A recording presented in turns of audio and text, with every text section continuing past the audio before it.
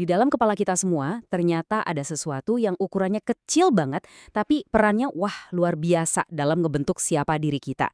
Hari ini kita bakal kenalan lebih dekat sama sebuah struktur mungil di otak yang jadi penjaga kenangan-kenangan kita yang paling berharga.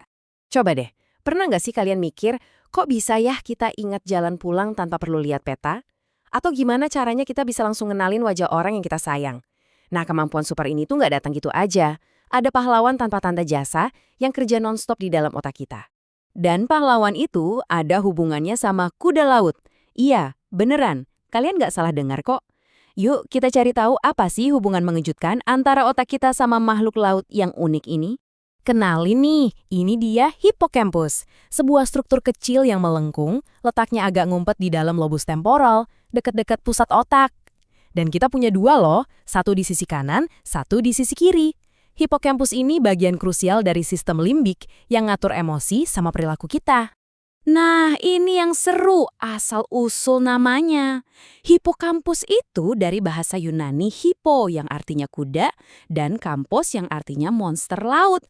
Kenapa namanya gitu? Soalnya kalau kita lihat bentuknya, itu mirip banget sama kuda laut. Pas banget kan namanya? Tapi ternyata butuh waktu yang lumayan lama loh buat para ilmuwan sepakat sama nama ini. Dari tahun 1587, para ahli anatomi udah sadar sama bentuknya yang aneh. Ada yang bilang mirip ulat sutra, ada yang bilang kuda laut. Bahkan, sempat ada yang usul namanya jadi tanduk domba jantan. Ini nunjukin betapa misteriusnya bagian otak ini buat mereka di zaman dulu. Oke, jadi selain bentuknya yang unik, sebenarnya tugas si kuda laut ini apa sih?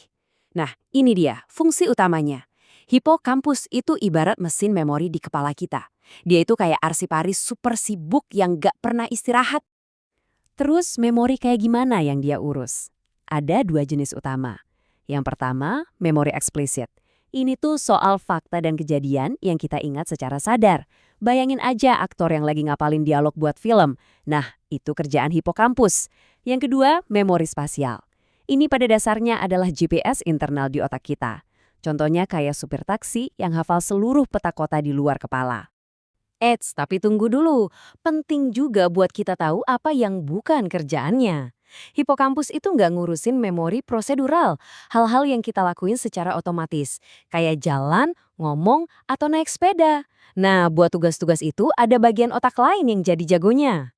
Karena perannya sepenting itu, kebayang nggak sih apa yang terjadi kalau mesin memori ini rusak? Konsekuensinya serius banget dan bisa mengubah hidup seseorang untuk selamanya. Coba bayangin ya, kalau hipokampus rusak, kita tuh masih bisa ingat semua masa lalu kita. Tapi, kita nggak akan pernah bisa ngebentuk kenangan jangka panjang yang baru lagi. Sama sekali. Biar lebih kebayang, ceritanya gini. Misal hari ini kamu ketemu orang baru. Terus malamnya hipokampus kamu rusak. Besok paginya kamu nggak akan punya ingatan sedikit pun soal pertemuan itu. Kamu seakan-akan terjebak di masa lalu. Nggak bisa lagi nambahin lembaran baru di buku kehidupanmu. Dan yang perlu kita tahu, kerusakan ini tuh nggak selalu karena cedera fisik ya. Ada beberapa penyakit yang secara spesifik menyerang dan merusak si hipokampus ini. Kondisi-kondisi ini termasuk yang paling umum, mulai dari penyakit Alzheimer, depresi berat, epilepsi, sampai kondisi langka yang namanya transient global amnesia, di mana seseorang bisa tiba-tiba hilang ingatan untuk sementara.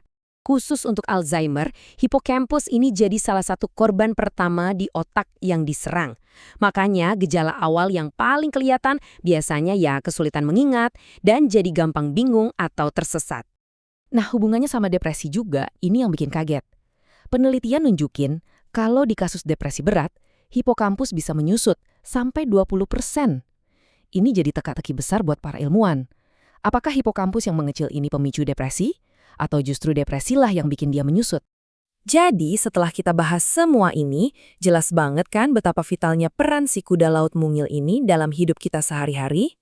Coba kita renungkan sejenak, kalau ingatan adalah hal yang membentuk kita jadi diri kita yang sekarang, seberapa pentingnya sih kuda laut kecil di dalam otak kita ini? Ternyata, dia lebih dari sekedar penyimpan data. Dia adalah penjaga identitas kita.